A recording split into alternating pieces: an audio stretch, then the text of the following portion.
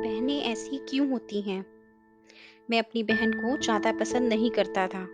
उसकी शादी हो चुकी थी, लेकिन मैं कभी उसके घर नहीं गया। बस माता-पिता ही उससे मिलने जाते थे। मुझे पता भी नहीं था कि वो किस हाल में है। वो कभी-कभी मायके आती, तो जाते समय मेरी माँ उसे घर का कुछ सामान भी देती। ये बात मेरी पत्नी को बिल्कुल पसंद नहीं थी।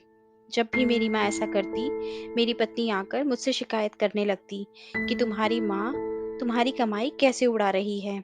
जब भी तुम्हारी बहन आती है, उसे खाली हाथ नहीं जाने देती, कुछ ना कुछ ज़रूर देती है। तुम अपनी माँ को बता दो, ये सब नहीं चलेगा। पत्नी की बातें सुनकर मुझे भी गुस्सा आ गया।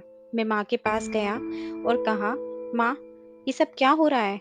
जब भी बहन घर आती है, तुम कभी साबुन, कभी चावल का थैला, तो कभी दालें, सब कुछ उसे ही देती रहती हो। मेरी कमाई तुम ऐसे दूसरों में उड़ाओगी, तो तुम्हें भी इस घर से निकाल दूंगा।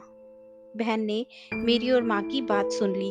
1 घंटे बाद बहन मेरे कमरे में आई और कहने लगी, भाई जरा रिक्शा ला दोगे? मुझे अपने घर जाना है। बहन की बात सुनकर मैं मन ही मन बहुत खुश हुआ, लेकिन दिखावे के लिए बहन से कहने लगा, थोड़े दिन और रुक जाती। नहीं भैया, बच्चों की स्कूल की छुट्टियां खत्म हो गई हैं। अब मुझे घर जाना है। कल से इनका स्कूल शुरू हो जाएगा। फिर वह चली गई। पिताजी के मरने के बाद जब घर का बंटवारा हुआ, तो हम दोनों भाइयों ने आपस में ही बंटवारा कर लिया, लेकिन उसमें से भी बहन को कुछ नहीं दिया। वो फिर भी खामोश रही, हमसे कोई शिकायत नहीं की। लेकिन हमारी माँ बहुत रोई और कहने लगी, बहन को भी कुछ दे दो। लेकिन हमने माँ की एक भी नहीं सुनी और माँ को डराकर धमकाकर चुप कर दिया। अब बेचारी विधवा औरत, अगर हम उसे घर से निकालते तो वो कहाँ जाती, इसलिए चुप हो गई।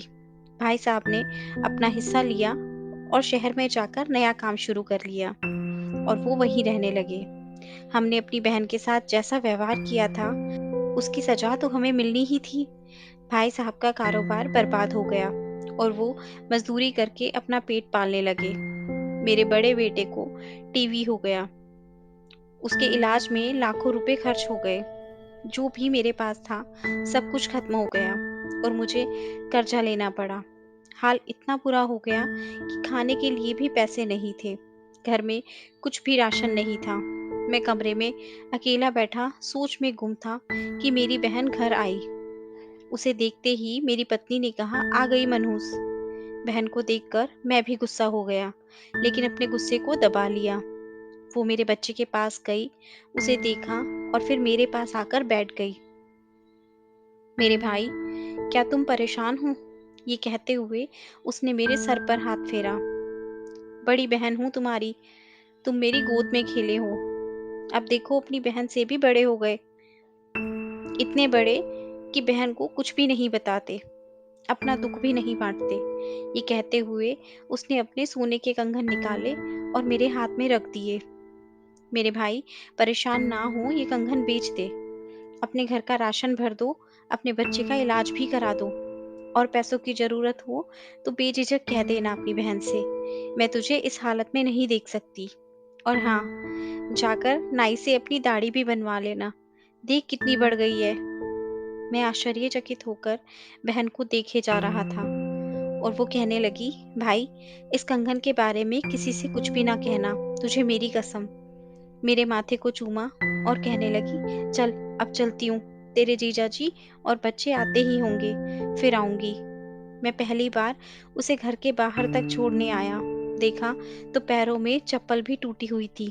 उसने कपड़े भी वही पुराने पहने थे। मैं बस देखता ही रह गया।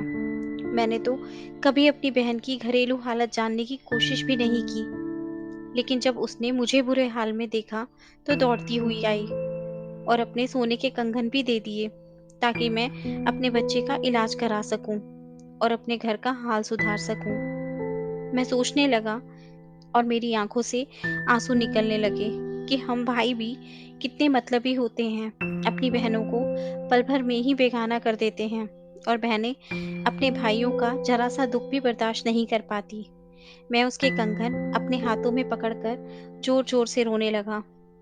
दोस्तों, आपकी बहन अपने ससुराल में ना जाने कितने दुख सह रही होगी।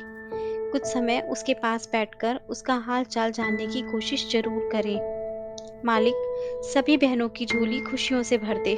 दोस्तों, आशा करती हूँ आपको ये कहानी अच्छी लगी होगी और जरूर कुछ नया सीखने को मिला होगा। आपका एक लाइक, शेयर और सब्सक्राइब हमें ऐसी ही और वीडियोस बनाने के लिए मोटिवेट करता है। इसलिए अगर अभी तक आपने हमारा चैनल सब्सक्राइब नहीं किया, तो प्लीज़ आप हमारे चैनल को सब्सक्राइब करें। आपसे कल फिर मुलाकात होगी एक नई कहानी के साथ। धन्यवाद।